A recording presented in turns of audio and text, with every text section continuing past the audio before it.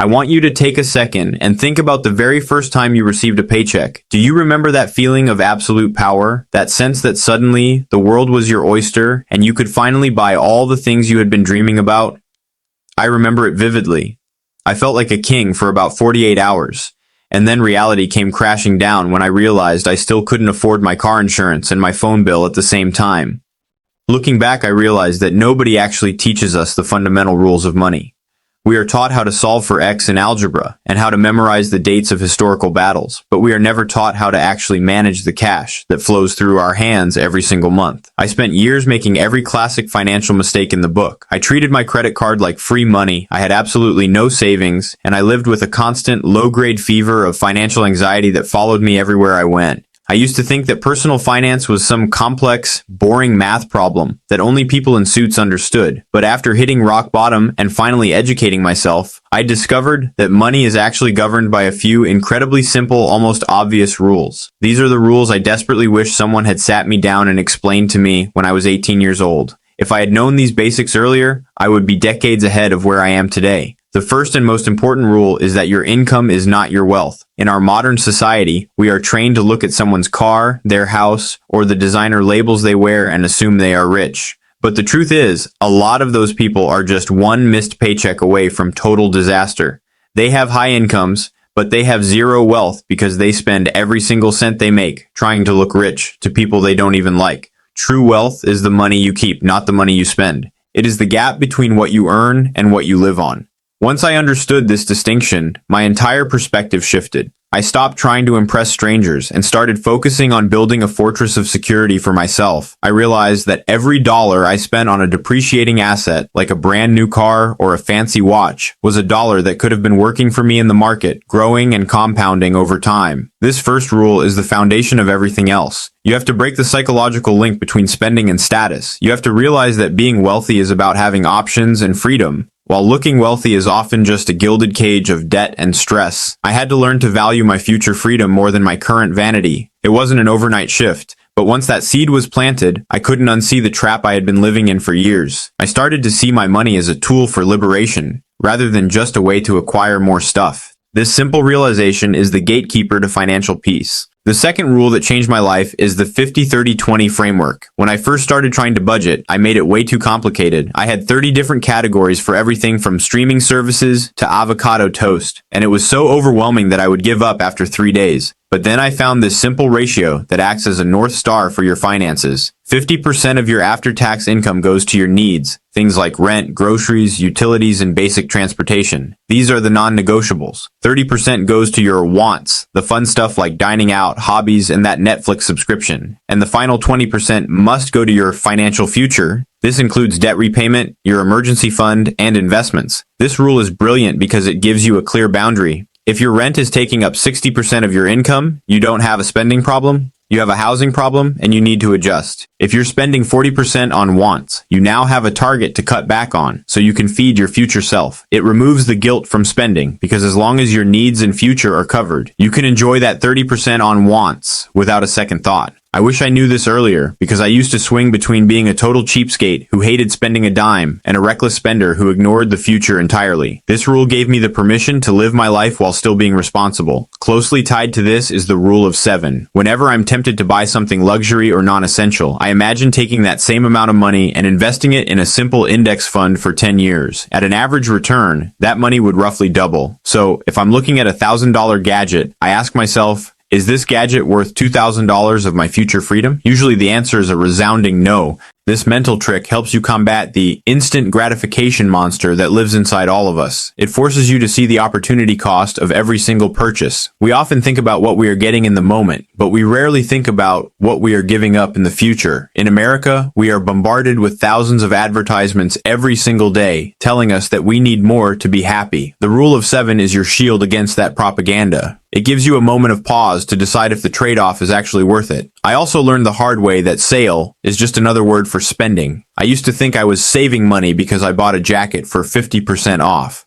But the reality is that I didn't save $50. I spent $50 that I wasn't planning to spend in the first place. Retailers are masters of psychological warfare, and these rules are your only defense. By sticking to a simple ratio and understanding the long-term value of your cash, you become immune to the tricks that keep most people broke. You start to see through the illusions of consumerism and focus on the cold, hard math of wealth building. The third rule is arguably the most boring, but it is the one that prevents total life collapses. The 3 to 6 month emergency fund.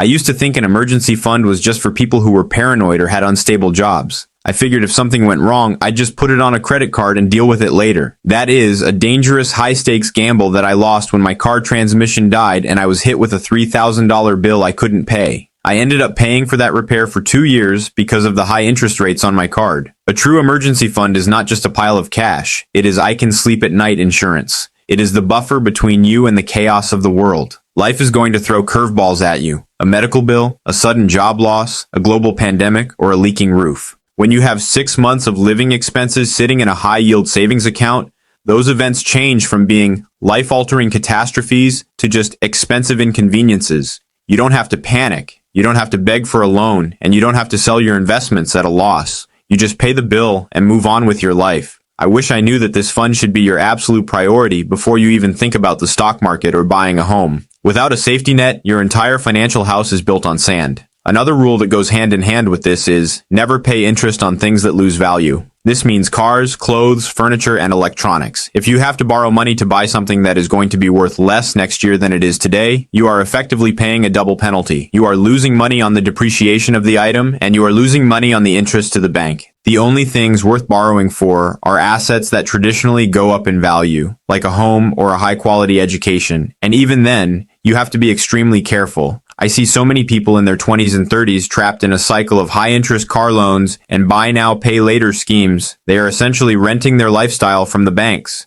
They work 40 hours a week just to pay off the interest on items they don't even enjoy anymore. Breaking this rule is the fastest way to stay stuck in the middle class forever. I learned to save up and buy things with cash. If I can't afford it twice in cash, I can't afford it. This level of discipline feels restrictive at first, but it leads to a level of freedom that most people will never experience. Imagine waking up and knowing that you don't owe a single person on this planet a penny. That feeling is worth more than any new car or designer handbag. It gives you the power to quit a toxic job, the power to move to a new city, and the power to take risks that others can't. Debt is a weight around your ankles. Getting rid of it is like learning how to fly. It changes the way you walk through the world. You carry yourself with a different level of confidence when you are the master of your own money. The fourth rule is the one that actually makes you rich while you sleep. The rule of automation and compounding. Most people treat saving and investing like a chore that they have to remember to do every month. They wait until the end of the month, see if there's anything left over, and then try to move it. The problem is there's never anything left over. Parkinson's law states that your expenses will always rise to meet your income. If you have money in your checking account, you will find a way to spend it. I spent years fighting my own human nature until I realized I could just outsmart myself. I set up an automatic transfer so that the moment my paycheck hits, a chunk is moved to my investment account before I even see it. This is paying yourself first on autopilot. If you don't see the money, you don't miss it. You adapt your lifestyle to whatever is left. This is how ordinary people become millionaires over time. It's not about being a stock market genius. It's about being consistent and letting time do the heavy lifting. I wish I understood the staggering power of compound interest when I was younger. If you start investing $500 a month at age 20, you could retire with millions. If you wait until age 30 to start, you have to invest more than double that amount to end up with the same result. Time is the most valuable asset you have, and once it's gone, you can never buy it back. Every year you wait to start is costing you hundreds of thousands of dollars in your 60-year-old self's bank account. This is why the rule is to start now, even with a small amount. Don't wait until you have a real job or until you've paid off every single debt. Start with $50 a month if that's all you have. The habit of investing is more important than the amount when you're starting out. You need to get your money in the game so it can start growing. I also learned that complexity is the enemy of execution. You don't need a complicated portfolio of 20 different stocks and 5 different crypto coins. For most people, a simple, low-cost total stock market index fund is all you ever need. It gives you a piece of every major company, and it historically outperforms most professional money managers over the long run. By keeping it simple and automating the process, you remove the emotional stress of investing. You don't have to check the news every day or worry about a market crash. You just keep buying, month after month, year after year. This set it and forget it mentality is the secret weapon of the wealthy. They aren't gambling. They are participating in the long-term growth of the economy. They understand that wealth is a marathon, not a sprint. When you automate, you stop being a day trader and start being an owner.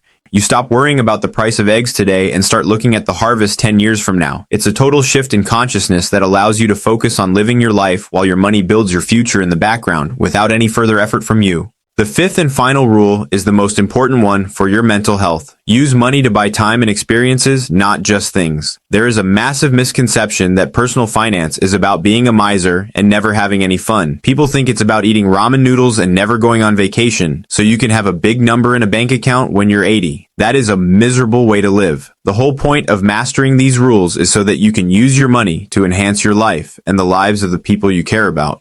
I learned that after a certain point, buying more stuff actually decreases your happiness because of the added stress of maintaining, cleaning, and storing it. However, using money to buy back your time, like paying someone to mow your lawn so you can spend Saturday with your kids, or paying for a direct flight so you don't spend 8 hours in a layover, has a massive return on investment for your well-being. Using money for experiences like a family trip or a cooking class with a friend creates memories that actually increase in value over time, unlike a car that starts losing value the moment you drive it off the lot. I wish I knew earlier that the ultimate goal of money is autonomy. It is the ability to do what you want, when you want, with whom you want, for as long as you want. That is the highest form of wealth. If you have $10 million but you hate your job and you have no time to see your family, you aren't wealthy. You're just a high-paid prisoner. These rules, understanding wealth versus status, the 50-30-20 ratio, the emergency fund, avoiding bad debt, and automating your investments, are simply the tools to build that autonomy. They aren't meant to restrict you. They are meant to set you free. Don't let the numbers become the goal. Let the freedom be the goal. I started enjoying my life so much more once I took control of my finances because I wasn't constantly looking over my shoulder, wondering when the next disaster would strike. I was able to be more generous, more creative, and more present. Personal finance is 80% behavior and only 20% head knowledge. You already know what to do. The hard part is actually doing it and sticking to the plan when life gets loud and distracting. But I promise you, the discipline is worth the reward. Start with one rule today. Maybe it's setting up that automatic transfer or finally calculating your true needs. Every small step you take is a win. You are rewriting your financial story, and the ending is going to be incredible. You have the power to change your family tree and create a life of abundance. It's never too late to start, and you are far more capable than you think. Take these rules, make them your own, and go build the life you've always dreamed of. I'll be right here with you, cheering you on as you master the basics and claim your financial freedom. Let's get started on this journey together, and make your future self proud of the choices you're making right now.